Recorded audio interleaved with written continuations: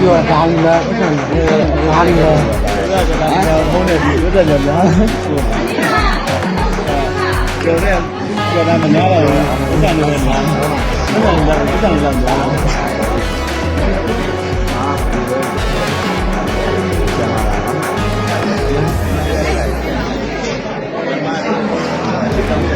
DNI လို့ခေါ်တယ်